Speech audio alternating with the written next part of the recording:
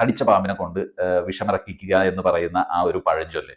ഞാനത് പറയാൻ കാരണം, ഇപ്പൊ നമ്മുടെ വീട്ടിൽ നമ്മളൊരു മനുഷ്യൻ ഇന്ത്യയിൽ ജീവിക്കുന്ന സമയത്ത് നമുക്ക് ഓരോ ദിവസവും ദൈനംദിനമായിട്ട് വരുന്ന ചിലവുകൾ ഒരുപാടാണ്. ഇപ്പൊ വണ്ടി ഓടിക്കുന്ന ആളാണെങ്കിൽ അയാൾക്ക് പെട്രോളിന്റെ ചെലവ് വരും, വീട്ടിൽ അടുക്കള ഉപയോഗിക്കുന്ന ആളുകൾക്ക് ഗ്യാസിന്റെ ചെലവ് വരും, അതുപോലെ തന്നെ ഫോൺ ഉപയോഗിക്കുന്നവർക്ക് റീചാർജിന്റെ ചെലവ് വരും, അങ്ങനെ ഇലക്ട്രിസിറ്റിയുടെ ചെലവ് വരും. നമുക്കിങ്ങനെ എല്ലാ ദിവസവും നമ്മൾ ജീവിച്ചിരിക്കുമ്പോൾ ടൂത്ത് പേസ്റ്റ് തൊട്ടിട്ട് നമ്മുടെ ദൈനംദിനമായിട്ടുള്ള ജീവിതത്തിന്റെ നിത്യോപയോഗ സാധനങ്ങൾ വഴി നല്ലൊരു ചെലവ് വരും.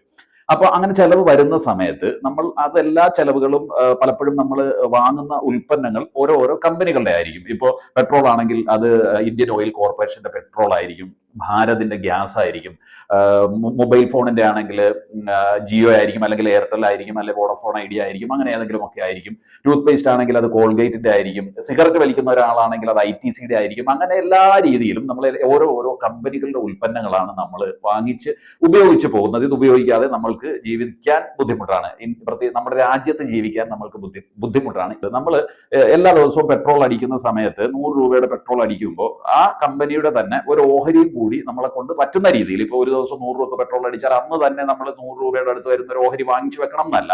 നമ്മളൊരു മാസം 3000 രൂപയുടെ പെട്രോൾ അടിക്കുകയാണെങ്കിൽ നമ്മളെ കൊണ്ട് പറ്റുന്ന അത്രയും ഓഹരികൾ നമ്മൾ അതേ കമ്പനിയുടെ തന്നെ, നമ്മൾ വാങ്ങിക്കുന്ന പെട്രോൾ കമ്പനിയുടെ അല്ലെങ്കിൽ ആ സെക്ടറിലുള്ളത് വാങ്ങിച്ചു വെക്കുകയാണ് എങ്കിൽ നമ്മൾക്ക് അത് കോമ്പൗണ്ട് ചെയ്തിട്ട് വളരെ വലിയ രീതിയിൽ ലാഭമായിട്ട് തിരിച്ചു കിട്ടുന്ന ഒരു അവസ്ഥയുണ്ട്. ഇപ്പോൾ മൊബൈൽ ഫോണിന്റെ തന്നെ എക്സാമ്പിൾ എടുക്കാം.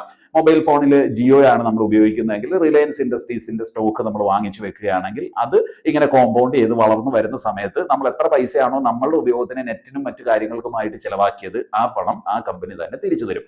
അത് ഞാൻ വെറുതെ പറയുന്നതല്ല. നമുക്കിപ്പോൾ ഓരോ കമ്പനികളുടെ നോക്കിയാലും അത് കൃത്യമായിട്ട് അവരുടെ ഡാറ്റ പരിശോധിക്കുമ്പോൾ നമുക്ക് മനസ്സിലാകുന്നുണ്ട്. അത് ഇതിനു മുൻപ് കോവിഡ് സമയത്തുണ്ടായിരുന്ന പല സ്റ്റോക്കുകൾ, ഇപ്പോൾ നമ്മൾ ഒരു എക്സാമ്പിൾ പറയുകയാണെങ്കിൽ ഒരു എനർജി സെക്ടറിൽ, പവർ സെക്ടറിൽ സുസ്ലോൺ എനർജി എന്ന് പറയുന്ന ഒരു സ്റ്റോക്കിന്റെ വില കോവിഡ് സമയത്ത് വെറും 4 രൂപയായിരുന്നു.